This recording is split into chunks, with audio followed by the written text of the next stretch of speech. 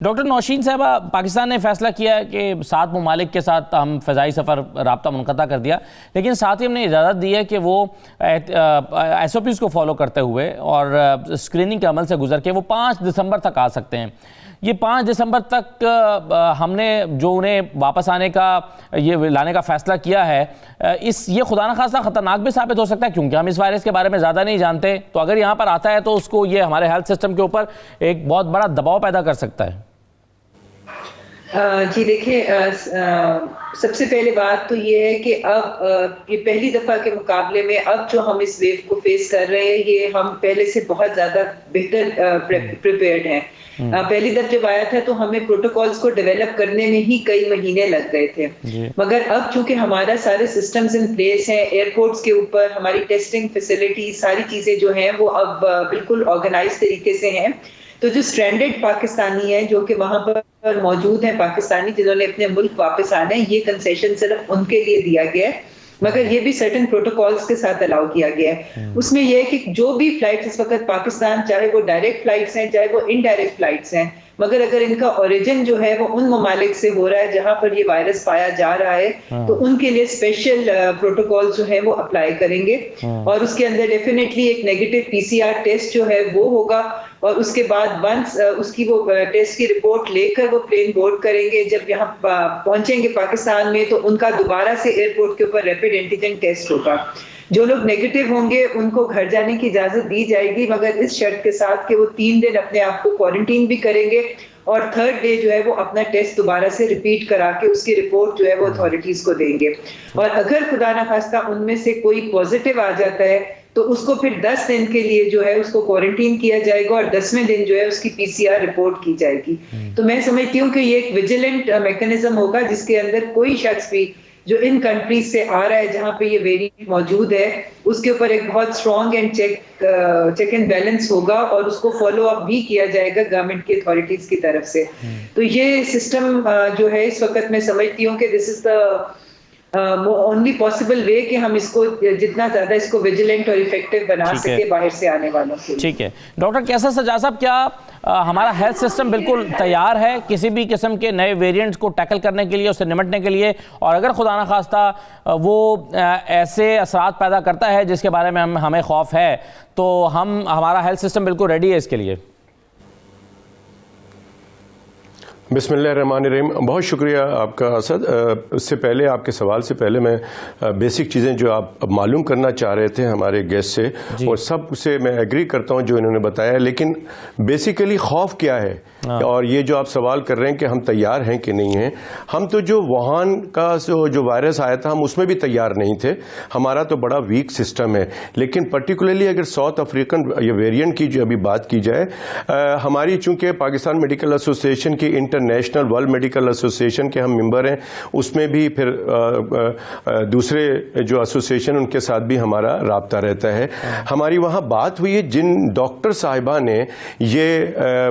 Alert जारी किया उनसे हमारी बात हुई है। उनकी ज़बानी में बताता हूं कि उन्होंने कहा है हमें कि उन्होंने कोई 11 तारीख को एक पेशेंट देखा, वो कोविड की पेशेंट देखती हैं, और उनका जो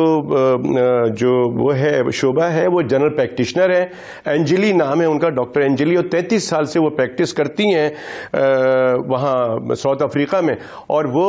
बताती ये हैं कि वो अचानक 2 पेशेंट उनके पास ऐसे आए जो फटीग की हालत में, बिल्कुल उनकी हालत बहुत ख़राब थी, ना उनको बुखार था, ना उनको नज़ला था, ना खांसी थी, लेकिन उनको इस हालत में थी कि वो बिल्कुल लेथार्जिक थे। और जब उनको एग्जामिन किया तो उनका पल्स रेट बहुत ज़्यादा था, दिल की धड़कन बहुत ज़्यादा थी, जिसकी वजह से वो बिल्कुल थके हुए फटीग पेशेंट थे। तो ये उसके बाद उन्होंने 18 तारीख को 12 पेशेंट देखे। जब ये पेशेंट उन्होंने 11 तारीख को देखी नवंबर को, तो उन्होंने हेल्थ जो अथॉरिटीज़ हैं वहाँ पे, दूसरे अथॉरिटी, उनको मुतनब्बे किया कि भाई ये प्रॉब्लम हो रही है। और 18 नवंबर को जी हाँ, उन्होंने 18 नवंबर को फिर उन्होंने 12 पेशेंट देखे, 1 दर्जन, जिसमें से 6 साल का एक बच्चा भी था, और उन सब को प्रॉब्लम यही थी कि वो लेथार्जिक थे। एक पेशेंट ऐसा था कि जो बिल्कुल गिर गया था, इतना उसको सांस की तकलीफ हो रही थी, लेथार्जिक था वो, मतलब पल्स रेट बहुत ज्यादा। All were normal patient, healthy patient, कोई उनको प्रॉब्लम नहीं थी, कोई डायबिटीज नहीं, कोई अस्थमा नहीं, कोई और प्रॉब्लम नहीं। प्रॉब्लम यह है कि जो इस तरह की चीजें हुई तो उनको ये जब उन्होंने बताया, और ये चीज ये वाकई हमारे लिए भी परेशानी है कि ये चीज अगर ये सिम्टम, और कोविड पॉजिटिव है, और अगर ये पॉजिटिव है उनके लिए जिनका ब्लड प्रेशर बढ़ा हुआ है, जिनको के शुगर भी है, जिनको कैंसर की दवाइयां या दूसरे कंप्रोमाइज वो लेते हैं, इम्यूनो कंप्रोमाइज ड्रग्स लेते हैं, उनके लिए जानलेवा साबित होगा। क्योंकि जब हार्ट रेट बढ़ जाता है, पल्स रेट बढ़ जाता है, तो फिर आप एक वक्त आता है 1 घंटे बाद, 2 घंटे बाद वो रुक जाता है। तो ये बड़ी सीरियस बात है। यही वजह है जो आप बेसिकली सवाल कर रहे थे कि ये लोग क्यों परेशान, अब यूके वालों ने क्यों परेशानी अपनी जाहिर की है, उसकी वजह यह है कि साउथ अफ्रीकन टीम जो है उनके नॉर्दर्न एरिया में क्रिकेट अभी उन्होंने मैच खेला है साउथ अफ्रीकन के साथ, तो वो बहुत ज्यादा परेशान है कि लोग आए थे, कोई SOPs को फॉलो नहीं कर रहे थे। और इस वजह से हमने कल सुबह रिक्वेस्ट की थी गवर्नमेंट को कि वो तमाम पाकिस्तान के एंट्री पॉइंट पे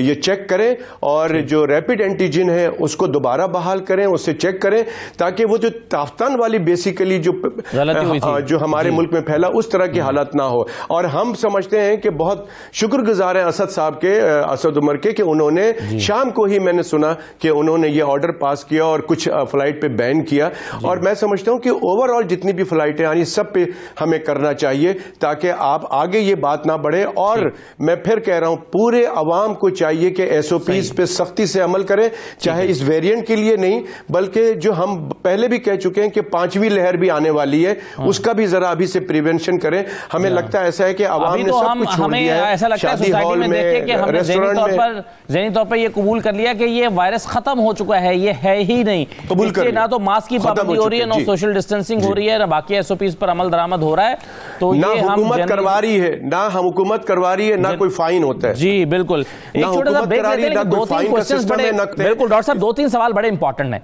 एक सवाल तो ये कि जो हमने वैक्सीन ली है, अगर ये वेरिएंट जो अब सामने आ रहा है नए सिम्टम्स के साथ, या हम जो वैक्सीन ले चुके हैं, ये वैक्सीन कितनी मौसर है इस वेरिएंट के खिलाफ, क्या हम ये जानते हैं या अभी जानना बाकी है? दूसरा, इस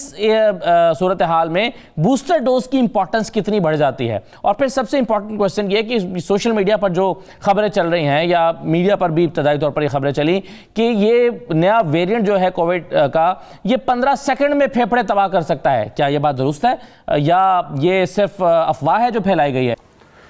जी, तो जो खतरा यह है कि RNA वैक्सीन जो फाइजर है, मॉडर्ना है, उनकी अफादियत में शायद कमी ज्यादा हो। हमारे मुल्क में ज्यादा वैक्सीन